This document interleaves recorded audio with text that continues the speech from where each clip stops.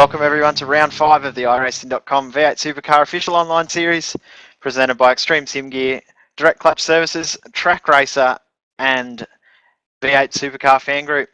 Jay Kennedy bringing you all the action from Spa-Francorchamps in Belgium. And on for the hot lap tonight, we've got Matthew Hill from XSG Motorsport. G'day, Hilly. G'day, James. Good to be here.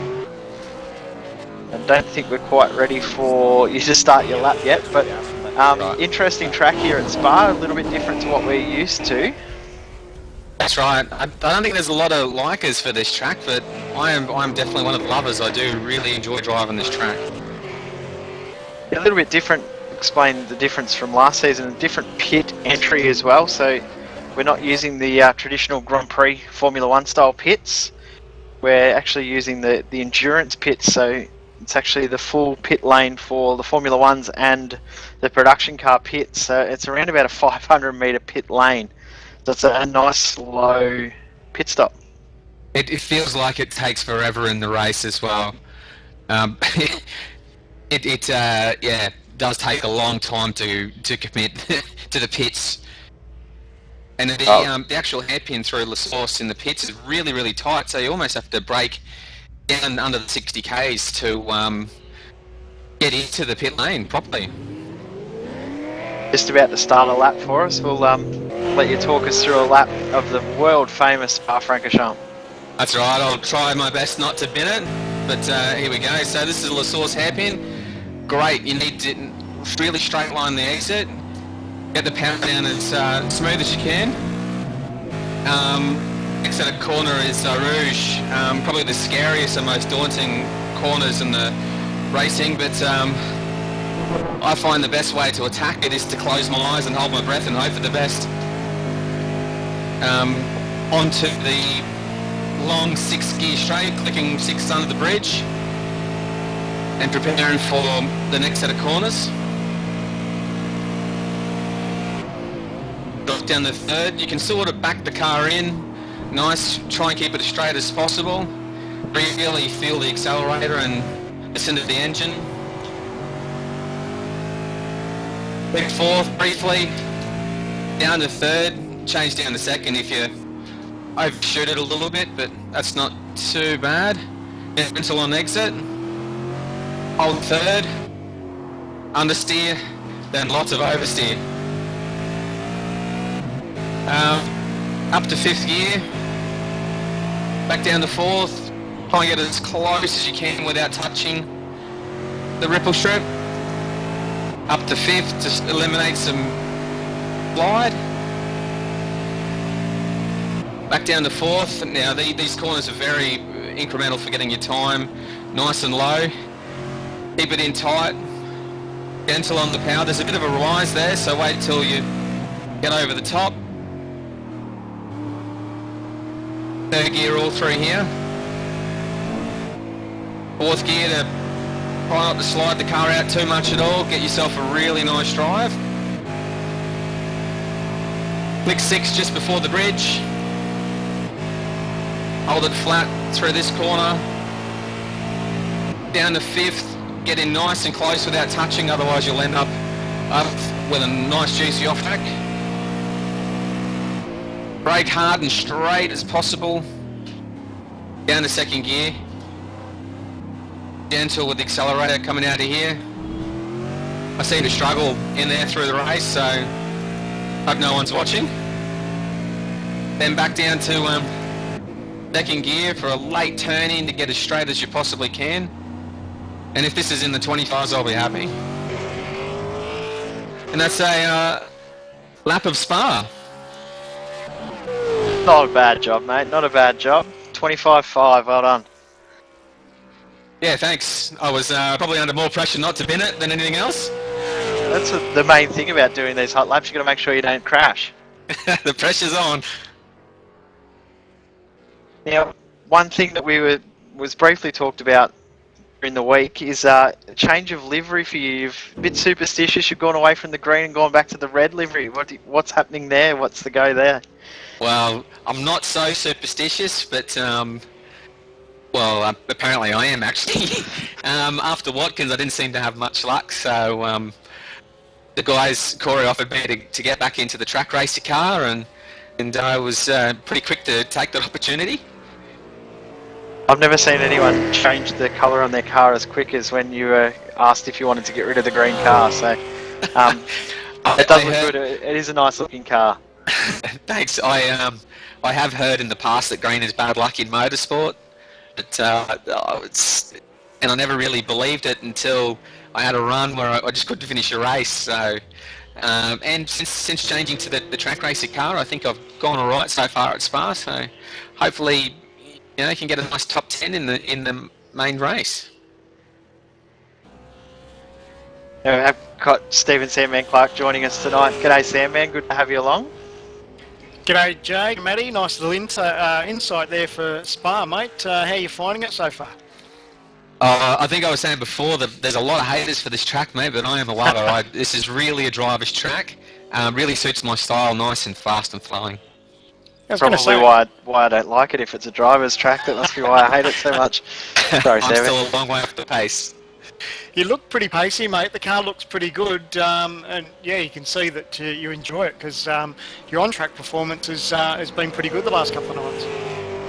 Yeah, thanks. We weren't really confident until sort of lunchtime yesterday, when we just sort of managed to fluke a balanced setup, because we still have no idea what we're doing when it comes to setups, but then we found a nice one that seems to work quite well, good turning and nice mid-corner speed and good off the exit, so we could be happy really with the setup. Now we'll quickly talk about something else you've been doing for v8sonline. You are now the guest commentator, or main commentator now for the Thursday night Grand Am series. Hilly, enjoying that? Very much so. Anybody that says that you guys have got easy in the combox, they should really fight for themselves. It's quite a difficult job, so very much enjoying it. Probably get just as much of a buzz out of doing that as I do about racing, so really good fun. You probably got it harder than us because you've got 2 classes of car. We've only got the one. Makes our job a little bit easier. I tell you what, last race at Ents Hatch was absolutely epic. We really did struggle. Corey and myself do the commentating, and we did struggle to get a word in over top of each other. There was that much action going on the whole race. Actually had the pleasure of tuning in for that race. It was a good race, mate. Good call, and you seemed to slip into that role quite nicely, mate. You've got to be careful because Mr. Diddy will slap a contract on you so fast you won't be able to drive anymore. Yeah, that's probably fair call. The only thing with my contract, you actually have to pay me to commentate, so Sandman's really hating what he signed up for. Alright, we'll let you go and get ready for qualifying. Thanks heaps for all the work you do to help us out with Thursday night Grand Am, and good luck tonight. Oh, it's a pleasure, and thanks for giving me the opportunity to do the whole lap. Our pleasure, mate. Good luck. Go get him, Tiger. Now, hello, Sandman. Welcome along. We haven't had a chance to chat before getting on to air tonight. No, it's one of those quirks, isn't it? Jumping straight out of the race car. I did the earlier race and quickly into the commentary box, but all set. It should be in for a ripper race. There's a lot of guys that have got pretty good pace around this place, and yeah, and we've got pit stops, which really mixes things up. Looking through over the history of the V8 Supercar Online series, I'm fairly sure that this is the longest official series race we've ever had. 25 laps. Normally the Spa race is 24 laps. They're now 25 laps, 175 kilometres in length for this race. Fairly sure it's the longest race we've ever had. Geez, it almost feels like when you take that crawl down pit lane, it's phenomenal how long it takes just to reach your pit box, because we're using the endurance pit lane, so you pretty much basically on the rev limiter all the way down both pit lanes, and it can take, I think it's almost a minute 20 before you just get to your box. I've just received a message from Madison Down. This is going to suck. Apparently he's got some issues with his pedals tonight, so he's looking forward to the race tonight. He's currently 3rd on the grid at the moment. We'll run through the grid as it stands at this moment before the final qualifying in a couple of minutes' time. At the moment it's Justin Ruggie on pole, a 2-minute 22.296, and it's George Maris from 2nd, Madison Down, Josh Muggleton, Vale Riches, Sean Kelly, John Emerson, Michael Fabian, Brad Ryan and Rob Hartley, the top 10 at the moment. Just hasn't old Justin Ruggie been on fire lately, so it seems to be, probably took him a little while to get his head around these cars, but his qualifying pace lately has been phenomenal, and looks like he's really got on top of these cars for the moment. Yeah, he said after the first couple of weeks, I was struggling to work out the difference between the car from this season to the season previous, but it looks like they might have got that all dialed in and worked out now, so fingers crossed we'll see him pick up a win at some point this season. It's been a little while since we've had him win a race, with Madison winning a few races this season, John Emerson winning a race as well. Yeah, well, I was going to say I had the pleasure of racing, but I think I also had the displeasure because he absolutely flogged me in the race that I was in. He brained us all and did a brilliant job the other night, and yeah, he's looking quite pacey. Probably not too far off the mark the man you pick. Now, also, don't forget on Wednesday nights we're broadcasting Race to Reality, which is a chance for a sim racer to get a drive in a real life car, an Aussie racing car at Homebush in Sydney for the final round of the V8 series. It'd be a lot of fun seeing someone go from the simulator to the real life car. It's a really, really good series. Make sure you tune in on Wednesday nights for Race to Reality from 8:30 p.m.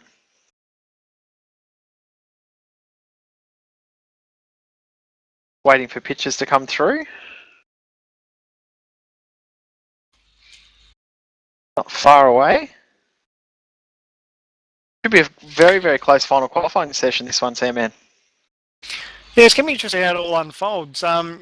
We are surprised sometimes every now and then that there are a couple of people that do make big moves, but you have a look at the times, they're pretty close up and down throughout the field. So I guess anything can happen. It's such a long racetrack and so many close chances to get an off track here. It's actually quite annoying because you only have to just get that left rear or right rear just over the river strip and just fractionally touch the AstroTurf, and you get an off-track penalty, which obviously kills a qualifying lap. So the guys have got to be real mindful of that coming into this session.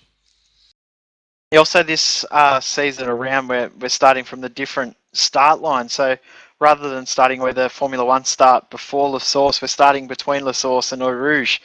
The downhill start line will definitely affect the way this race unfolds at the start as well.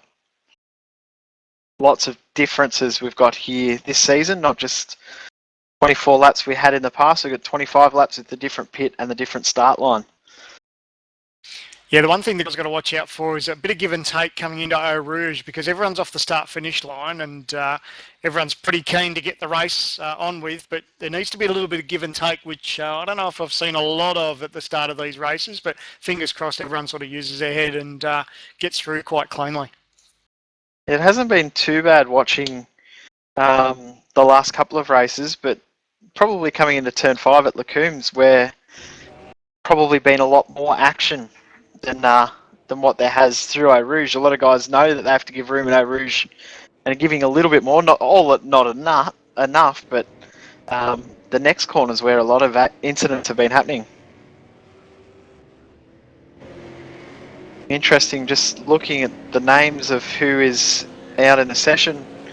We've got a little bit of a famous driver at the moment, of some guy, Shane Van Gisbergen. Never heard of him. You heard of him before, Sam, man? Oh, I tell you what, if one has, they certainly have now after his performance at Adelaide. Absolutely wiped the floor with the competition, and tell you what, it could have been a clean sweep if everything had gone his way on Saturday.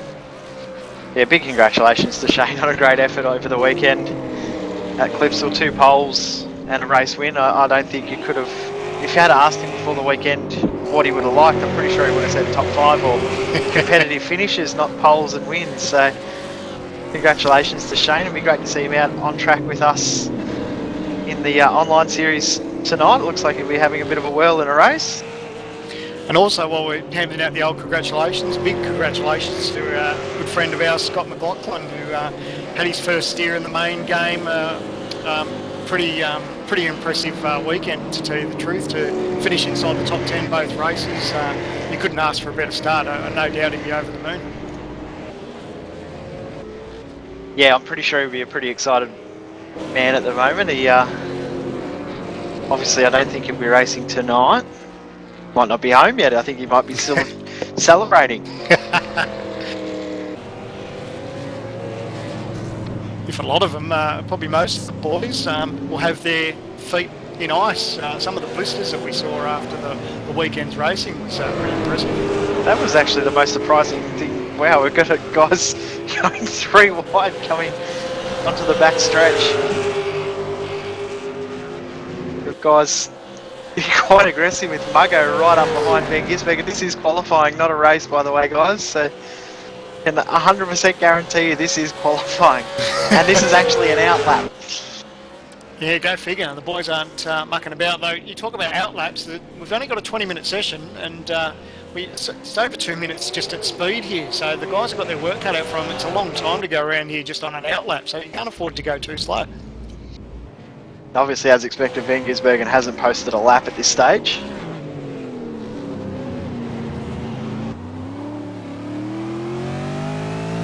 Go on board with Shane Van Gisbergen, lap as Spa-Francorchamps.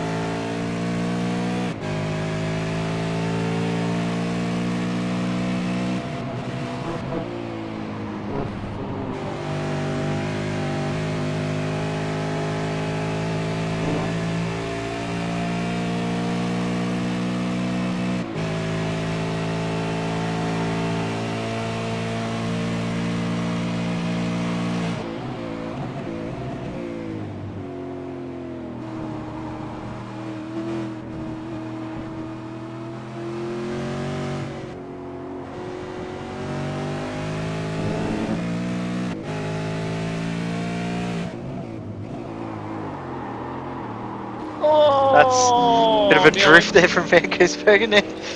Just continuing from Sunday. He'd done that all weekend. That's right, I was going to say. Anyone would think he's still celebrating after Clipsal. Well, he probably is. You can't half blame him though, can you? Well, I would be too. Pretty exciting moment for him. First New Zealander to win the Clipsal 500. Yeah, really good effort. I reckon it's got a lot to do with that Commodore, mate. Look, I agree too, but we won't say that too loud because the Ford fans might start crying if we start showing bias towards the other colour. Well, not that we get much choice in our current series here on the Iracing Supercar series, but nevertheless, it was a brilliant start to the championship, and good to see the different makes and models in the series now, and certainly going to be a cracker of the year, no doubt. Yeah, for sure. It's shaping up to be a really good year when the Nissan and the AMGs start to find a little bit more speed, a little bit more straight line speed. I'm pretty sure we're going to see a very, very close championship for 2013. Just having a look at these shots of Shane. Looks like the front may have a little bit of damage, especially on that left front. Yeah, he may have actually dinged a car on the outlap trying to get through to get a bit of clear space, but not 100% sure. This is the end of the lap now, one of the longest laps you'll see. We're already 6 minutes into this session, nearly 7 minutes into this session. We're only just starting to see guys posting their qualifying times. We'd be looking for a 2:23 would be my guess. No lap time recorded, so he's run off the track at some point, shortcutted a corner. They've just done it again there at Eau Rouge. Yeah, we touched on it just before. It's so tricky. It's probably one of the toughest tracks that actually penalise you as far as off tracks, because, I mean, I've done laps through the week and I'd swear that I really wasn't off the circuit, but bang, it gives you an off track, and that, like in qualifying, that wipes your time straight away. So the guy's got to be mindful of it, but the same is for everyone else, so there's no point whinging about it because everyone's on the same playing field.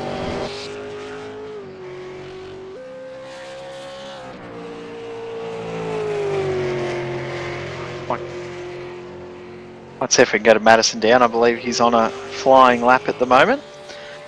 If he isn't, he's trying to work out, he's using different pedals. He's gone back to his Logitech G27 pedals. He's having to retrain his brain on how to accelerate and brake. Yeah, it's not as easy as what some people may think, just switching over pedals or just switching into a different steering wheel for, you know, pretty much no practice. It does take a little bit of getting used to, so it'll mess with him a little bit, but fingers crossed he'll be okay for the race. I think his words, just reading what he's just posted online, come and watch me get taken off the line and be a sitting duck under brakes. So that's his biggest concern, is the braking with the different pedals as opposed to accelerating. Believe it or not, for guys that don't understand how it works in a sim race rig, it's very, very different. One minor change to a brake pedal or an accelerator can change the whole feel for a car, because you don't have that actual immersion of driving a vehicle. You need to pick up other things in the simulator to help you be aware of what the car's doing and reacting. And one minor change to a brake or throttle can really throw everything off that you understand about your car. Yep, I can totally 100% agree with that. I had to do a throttle change just 2 weeks ago, and I just couldn't believe how different, you know, part throttle or full throttle, you know, the difference between off throttle and full throttle, that travel was just phenomenal. And they were the exact same, you know, so exact same company that made the pedals, but all I did was put a new throttle in, and the difference was amazing. I've done the same. I've been playing around with my brake pedal to adjust the curve factors and the amount of brake pressure I need to apply to get the brake pedal to engage, and just the smallest 1 millimeter change changes absolutely everything in how I understand how the car behaves. We go to Josh Muggleton, currently P4 at the moment.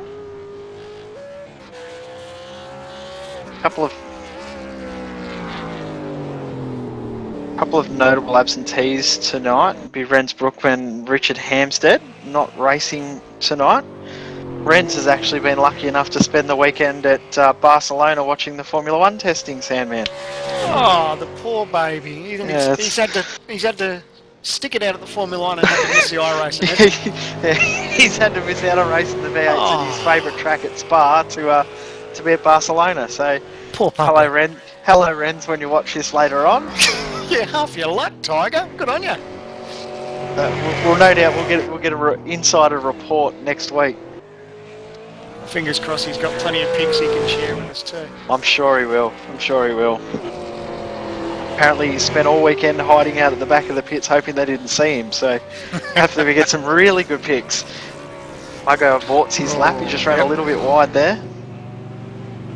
It's funny, we're talking about how long it takes to get round here. We're just over halfway through the session, and there's only 4 or 5 cars that have actually posted a time. So. And there we go, we've got our first driver making an improvement, Matthew Hill, a 2 minute 23.681.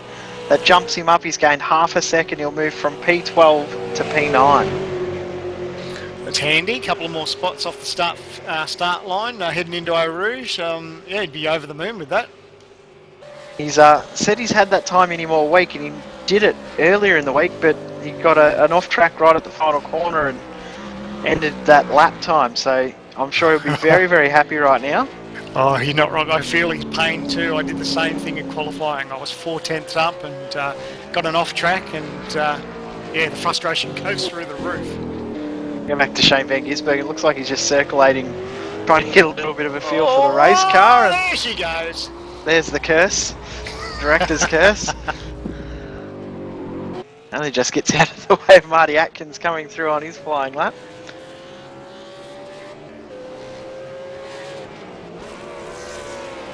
Might stick with Atkins in Team CST.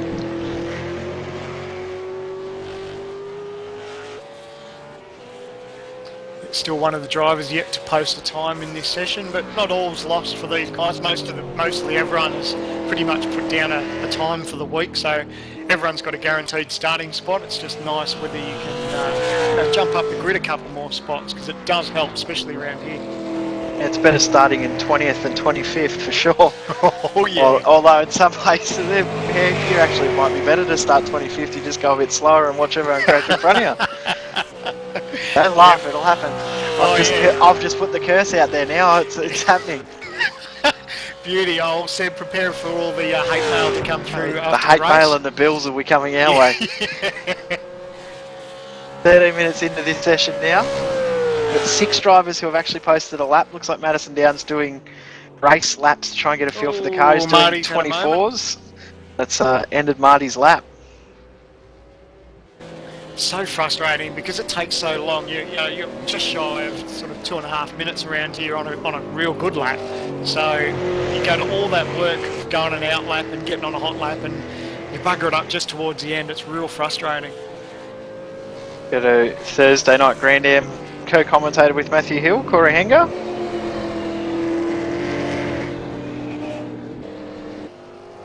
Another driver with Hilly.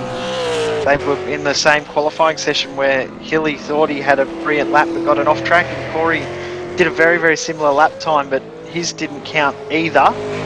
Best lap for the week of 224.5.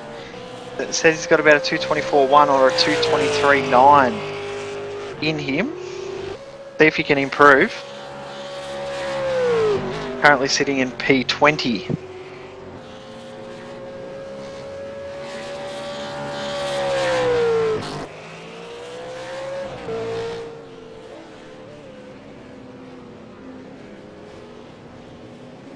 Really strange coming past this bit here. We're used to it being the finish line for so long. It's strange having to wait for one more corner to actually see the times come up on the timing board. Yeah, when I first started testing for this round, I did the mistake of crossing that line and going to look for my time, and oh, hold on a second, still got another turn to go. This will be the end of Henger's lap here. 223.9. There's his lap that he's been aiming for. That moves him from P20 right up to P11. A good jump there for Henger. Now Matthew Hill's just purpled the first sector, so he's on a very, very good lap at the moment. Van Gisbergen's just starting his flying lap.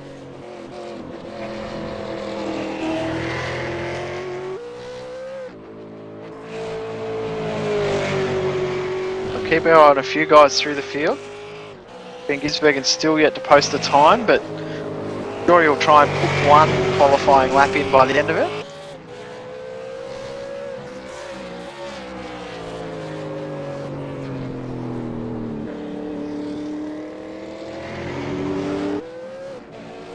Takes a bit of getting used to see Matty in a red car. Yeah, it's a very, very different car. It's the cars that the XSG Motorsport team ran a couple of seasons ago. Actually ran that car myself as well, and I really loved that livery. I thought it was a really, really nice livery. Hearing today that XSG Motorsport will have a name change very, very soon to Dynamic Sim Sport. A change that will happen in the coming weeks, which will actually be yellow and black. Oh, Hilly's just gone quicker. 23.414. Great lap there from Hill. Doesn't improve any positions though, which is disappointing for him. Oh, frustrating. You find 2/10 and it doesn't get you anywhere on the track. But Before this session, there was a half a second gap between Michael Fabian in 8th and Brad Ryan in 9th, so he slotted into that gap quite nicely and made that gap not quite as large. Go back to Van Gisbergen. Going up to the bus stop chicane, which will also be the pit entry for the longest pit lane I've ever seen in my life.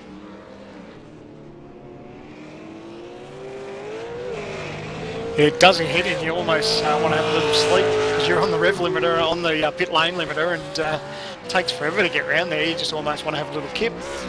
Yeah, 60k speed limiter, and it's around about 400 metres in length, or 400 to 500 metres in length, so it's a long time on the limiter. Van Gisbergen crosses the line. No lap time again. He'll be getting very frustrated. That'll actually end his session, I think. He's running out of time because it's we're under 3 minutes to go, so he needs to get on with it if he's going to punch out of time because, like we said, 2.5 minutes almost to do a quick one round here, and we're almost at that point now. See if we can go to Muggleton, who's just about to start a flying lap, I believe.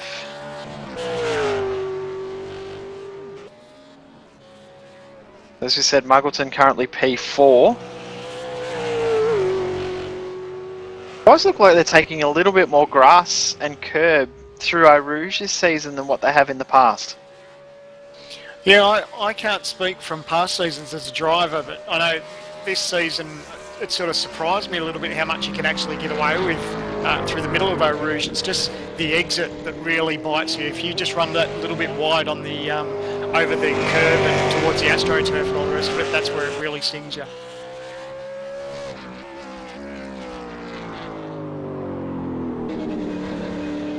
are not quite looking civil for Muggo at the moment. And Gisbergen's decided not to try and post a lap. That's the end of Muggo's lap. Out onto the AstroTurf. I think we might see a bit of drifting going on now. That's ended Muggo's lap.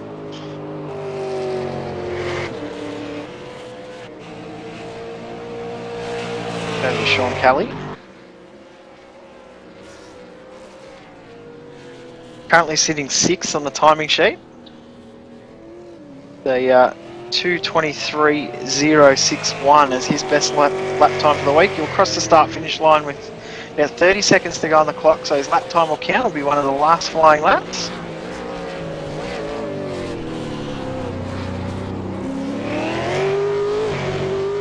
Something I've never seen before in the early race. Kelly spinning it at La Source in the early race and then backing it up into pit lane to get out of everyone's way and then taking off again. It was rather interesting. I'd never seen that before.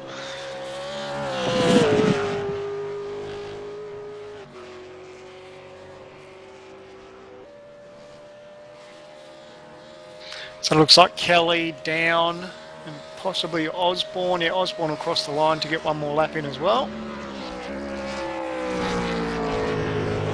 Checkered flag will be out in a few seconds, so we'll see what sort of times these guys will do very, very shortly.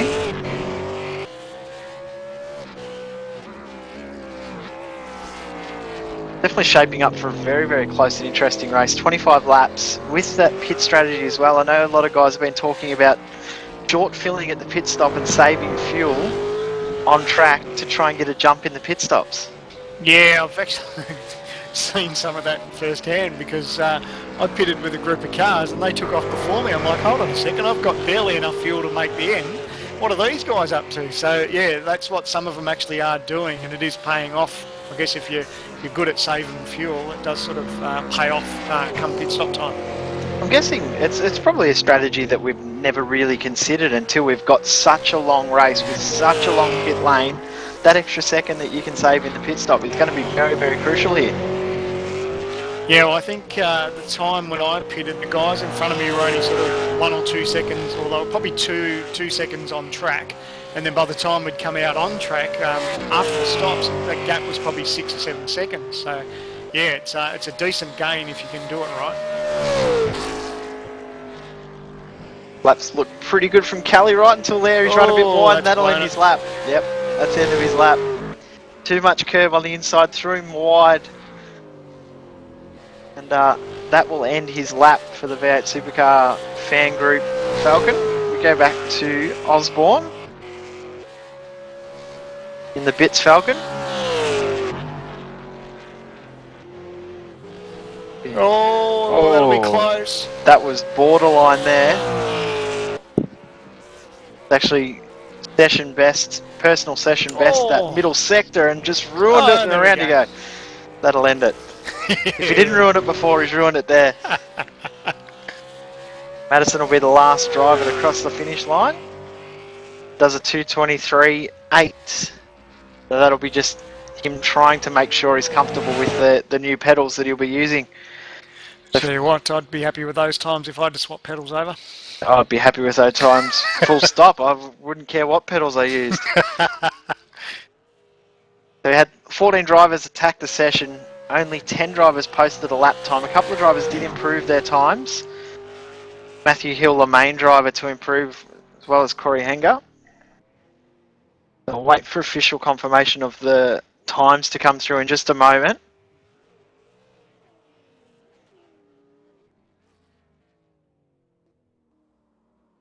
There they are now, they've all come through. So Justin Ruggier will start this race from pole position. George Maris will start in second from Madison down. Josh Muggleton, Vale Richards, Sean Kelly, John Emerson, Michael Fabian, Matthew Hill and Brad Ryan, the top 10. Oh, we're in for a cracker of a race. Yeah, we spoke about the different strategies as far as pit stops and everything else. 25 laps around here is no mean feat, so it's going to be interesting to see how this all plays out. Make sure you stick around on V8's Online. We'll be back in a few minutes' time. Ready for the race here at Circuit Spa-Francorchamps. So Madison down goes and does a lap facing the wrong direction. I know we're not getting pictures of that, but as seems to be tradition for those guys. So make sure you stick around. We'll be back in around about 7 minutes' time for the main event, round 5 of the Iracing.com V8 Supercar official online series from Circuit to Spa-Francorchamps.